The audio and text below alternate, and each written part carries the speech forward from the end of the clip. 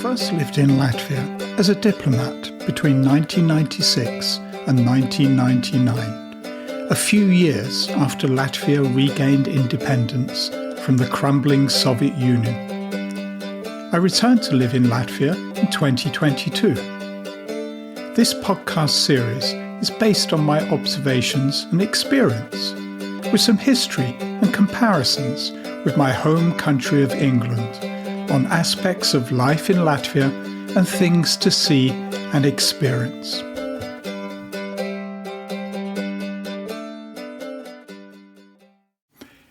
On Sir Stephen Tallents.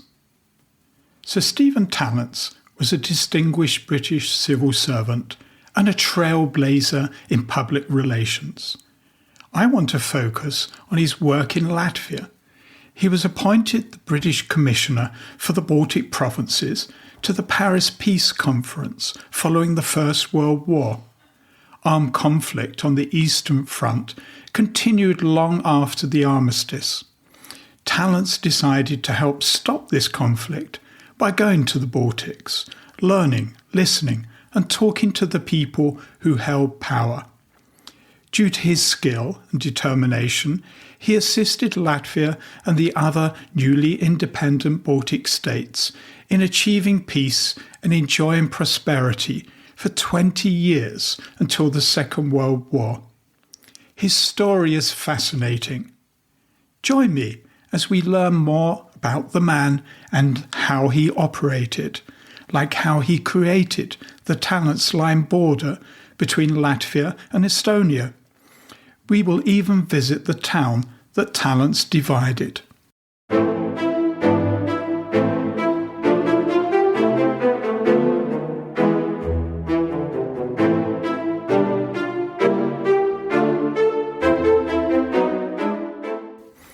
A short biography. Born in London on the 20th of October 1884, Sir Stephen Tallents left an indelible mark on various aspects of British governance and communication. Tallents received his education at Harrow and Balliol College, Oxford. His career began as a civil servant at the Board of Trade in 1909, but his subsequent roles defined his legacy. During the First World War, Tallents served as an officer in the Irish Guards until he was severely wounded. His commitment to public service continued as he worked at the Ministry of Munitions and later transferred to the Ministry of Food. In 1918, he became the chief delegate for the relief supply to Poland. In February 1919, Tallents assumed the role of British Commissioner for the Baltic provinces during the British intervention in that region. His responsibilities included stopping the invasion by Russian Bolshevik forces and supporting the newly independent countries of Estonia and Latvia. He even adjudicated the borderline between these two nations, which involved dividing the town of Valga. More on that later. Tallents held significant positions in the British administration. He served as the secretary to the last Lord Lieutenant of Ireland, Lord Fitzalan, and later became the Imperial Secretary for Northern Ireland from 1922 to 1926. However, he is best known for his work as the Secretary of the Empire Marketing Board from 1926 to 1933. At the Empire Marketing Board, Tallents collaborated with the renowned British documentary filmmaker John Grierson and commissioned artists like Clive Gardner, E. McKnight Kauffer and Frank Newbold. Together they produced a series of posters promoting British and Empire products. Following the Empire Marketing Board's demise in 1933, Tallents transitioned to the General Post Office, taking the Empire Marketing Board's film unit with him. This move led to the creation of classic documentaries such as Night Mail by the film unit. Tallents continued his impactful career by joining the BBC as its first controller of public relations and Deputy Director General under Lord Reith. During World War II, his expertise was utilised at the Ministry of Information. In 1948, he became the founder-president of the Institute of Public Relations. His contributions were recognised with several honours, culminating in his knighthood as Knight Commander of the Order of St Michael and St George. Beyond his professional achievements, Tallents shared his passion for music on desert island discs and generously donated his home, St John's Jerusalem in Sutton-at-Hone, Kent, to the National Trust in 1943. He died in 1958. During a pivotal era, Sir Stephen Tallents left an indelible legacy, shaping Britain's communication, culture and governance.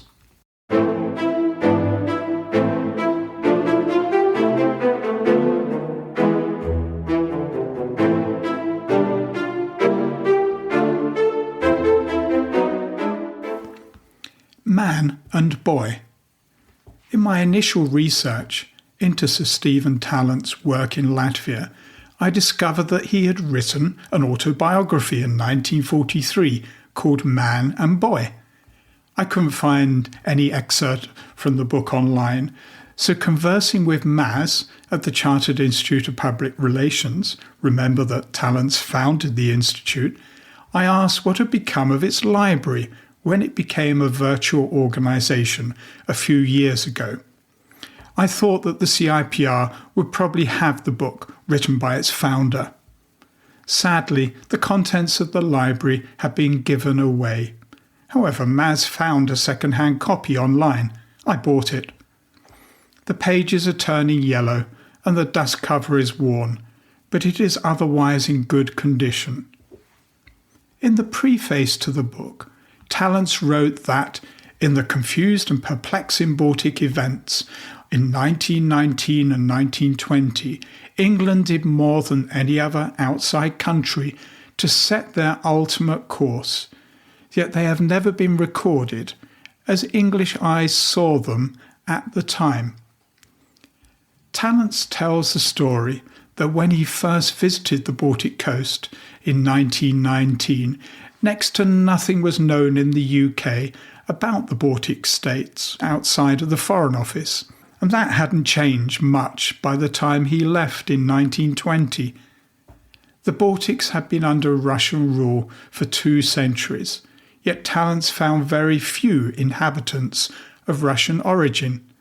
How massively did that change during the later Soviet occupation? The outcome of the First World War changed the Russian provinces of Estonia, Livonia, Courland and Vilna, which had in reality been run on feudal lines by German nobility, not Russians, into the new states of Estonia, Latvia and Lithuania. Whereas the November 1918 armistice ceasefire stopped all fighting on the Western Front, battles continued in the east in a multi-layered conflict. The Russian Bolsheviks took Riga but were beaten back by the Baltic German army, who also tried to overthrow the newly independent Baltic States governments. The wars ended officially with peace treaties negotiated with Soviet Russia in 1920. In this chaos, Tallents was sent from February 1919 for 18 months, meeting political and military leaders and often putting himself at significant personal risk while visiting the front of the fighting. At the same time, the Foreign Office in London did not believe his reports of continued fighting or did not care. To them, the war was over. That was not the case in the Baltics. Tallents spent a lot of time travelling on military trains in Latvia. Valka, now known as Valga and Valka, was often his base, as it had the only railway line linking Latvia with Estonia. He tells of going to the front on a special train with a car on a railway trailer behind his salon. The car had both a Union Jack and a white sheet suspended on poles from it. Tallents had a draft armistice, which he did get signed by all the military parties. During a coup d'etat in Liberia in the late 1980s, I did something similar. Union Jack and white peace flags flying from the embassy Land Rover to negotiate the freedom of a British businessman held by troops for assisting the enemy. Back to Latvia and 1919. Tallents became civil governor of Riga for 5 days in the critical time between the signing of his armistice and the Latvian government returning from exile in Liepaja. He set about restoring public confidence in the city, restoring Riga City Council, getting essential utilities like water working again, and dispatching the German military from the city. Not bad for 5 days of work in a war-torn country. At this time, Tallents learnt that his wife had given birth to their first child. Tallents joked with President Ulmanis that he might give the boy a Latvian name. Ulmanis suggested a few names, which only Visvaldis, meaning ruling over all, was liked by Tallents. Therefore, Sir Stephen's eldest son acquired a rather unusual Christian name for an Englishman.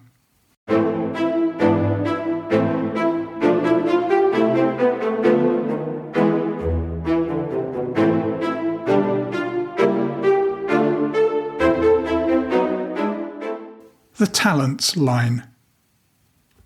The newly established Baltic States of Estonia, Latvia and Lithuania had a problem. They did not have delineated national boundaries. Border committees were established in 1919 but could not agree on the border lines. One particular problem was Valka, the town now known as both Valga and Valka. Estonian forces were advancing to take Valka. Who do you call in such a situation? Sir Stephen Tallents, of course. The Foreign Office wanted to recall Tallents' mission and replace it with more boring but orthodox diplomacy. Tallents was asked to see the UK Prime Minister, Mr. Lloyd George, who, while walking up and down the garden of number 10 Downing Street with Tallents, showed a greater understanding of the situation in the Baltics than the Foreign Office. Mr. Lloyd George asked if he could prevent the impending conflict between Estonia and Latvia over Valka and the border disagreement.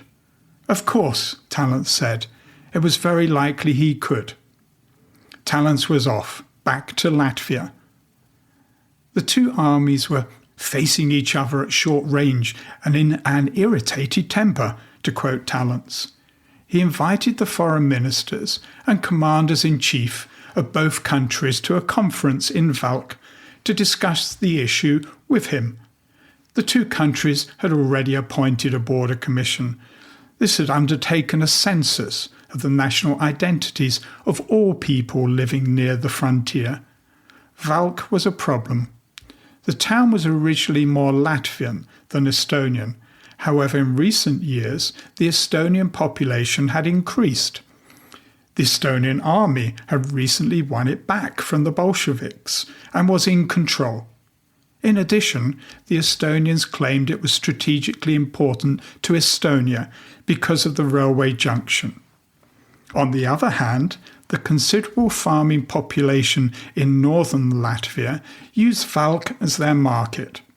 As part of the Russian Empire, borders had not been important to Latvia or Estonia for the 2 previous centuries.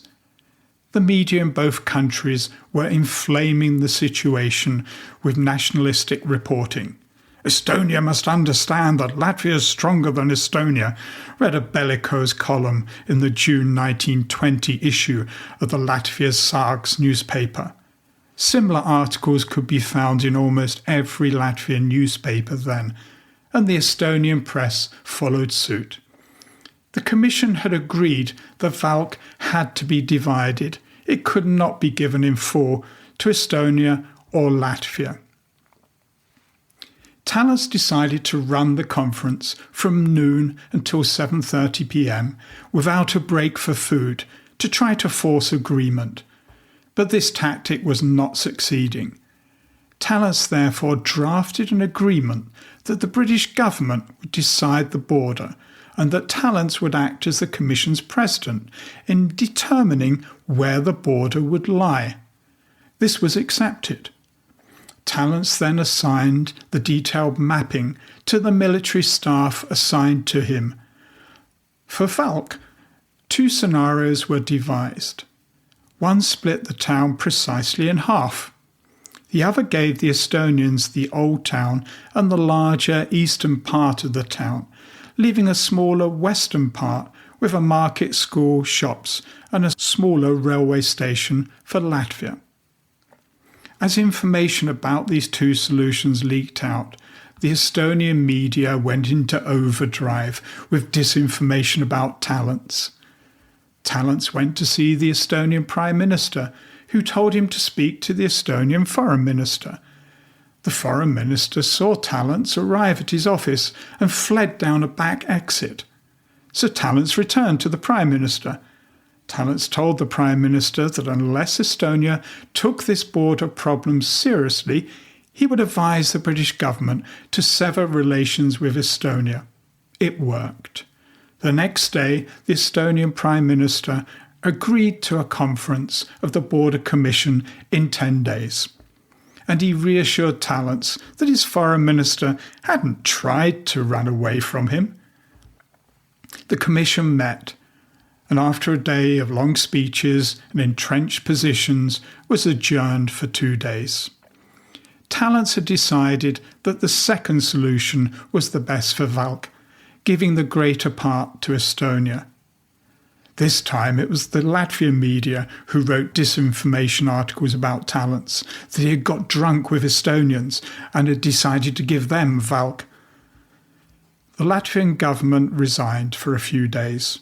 Soon, the Estonian government did the same, but Tallents insisted his commission should complete its work. He had decided to give Latvia the border town of Ainaži as a concession. Tallents says that at his final meeting he unfurled the map he had drawn and immediately walked away to his car and Riga. No goodbyes. The 2 sides were poring over the map as he left Valka. The storm soon blew over. Although public statements from both governments criticised the border decision, they privately thanked Tallents for resolving what was seen as an impossible problem.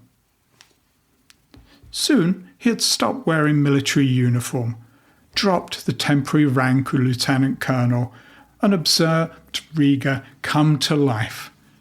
On 19th October 1920, the border treaty was signed using the Tallents Line.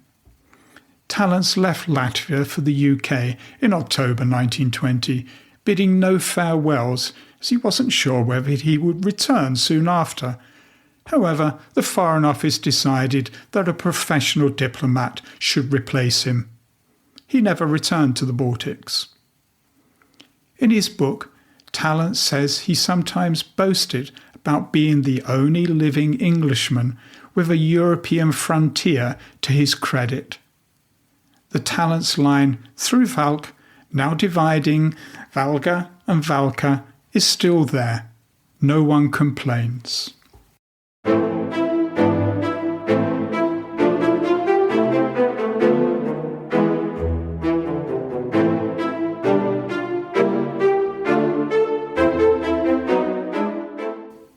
The trip to Valka, Valga. We caught the 11 a.m. train from Riga Central Station to Valga, and I was armed with my copy of Tallents' autobiography, Man and Boy. There is a Latvian song about this train by the Latvian band Boomerangs.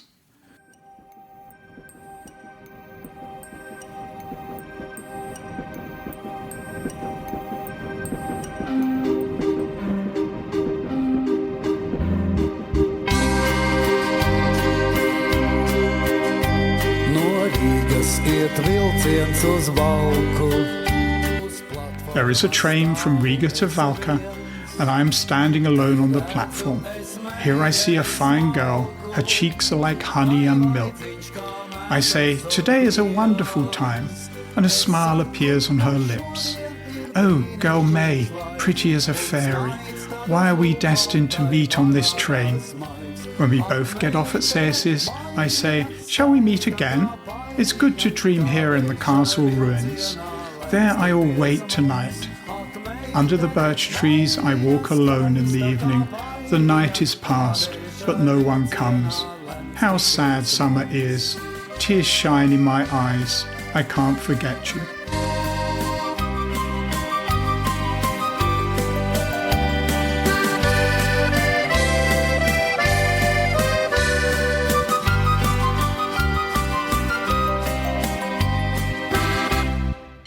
Valga is on the Estonian side of the town that Tallents split in two. Although it was an old train, it was very comfortable and trundled along perfectly on time. At 2 p.m. we arrived in Valga. The massive station building looks a bit out of place in a small border town with its classical style, but it looked much better than some of the stations we passed on the Latvian side. As expected, street signs, shop displays and car number plates were primarily Estonian. I'd taken my passport, but there was no need to show any identity when crossing the border, which we did many times over 2 days. The actual border is quite clear.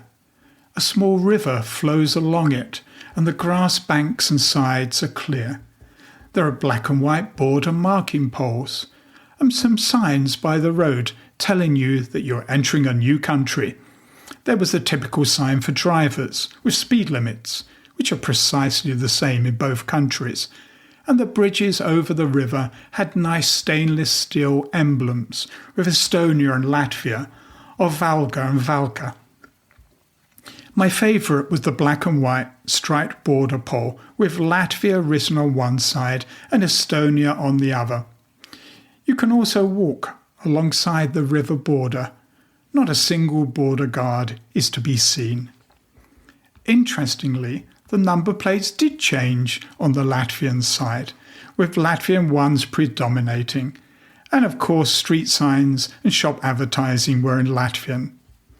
Valka, the Latvian side where we stayed overnight, and Valga, the larger Estonian side with the grander buildings, is a very pleasant town. On our second day, we went to the Valga Museum. I found one small reference to Sir Stephen on an information board. I know that 1919 and 1920 were turbulent times for the Baltic States, with war still going on.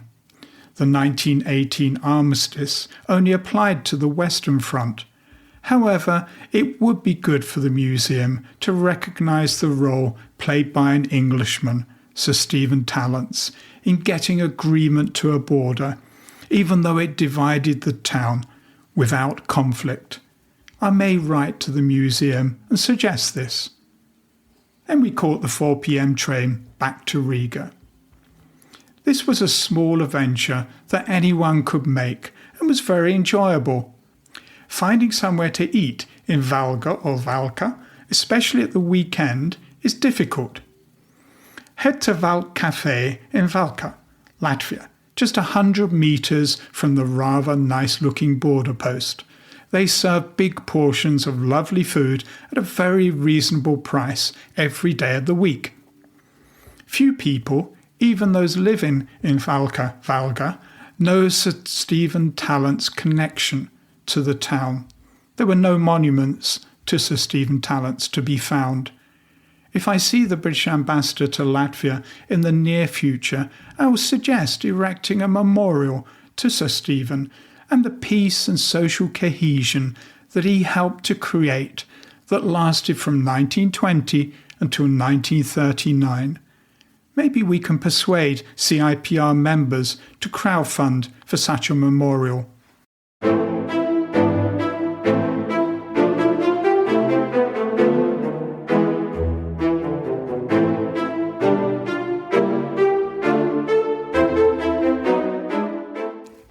conclusion, Sir Stephen Tallents is best known in the UK for his role in public relations, founding the Institute of Public Relations, doing PR for the Empire Marketing Board, and his time as Deputy Director General at the BBC. As a member of the Chartered Institute of Public Relations for 14 years, I am familiar with his name, but I wasn't aware of his heroic role in helping to bring an end to hostilities in the Baltic States. Work undertaken at great personal risk should, I believe, be better known. He really did help these newly formed countries enjoy peace and prosperity for nearly 20 years until the start of the Second World War. The description of his work in Latvia and Estonia occupies a substantial part of his autobiography, so I guess it was also important to Sir Stephen. Thank you for listening.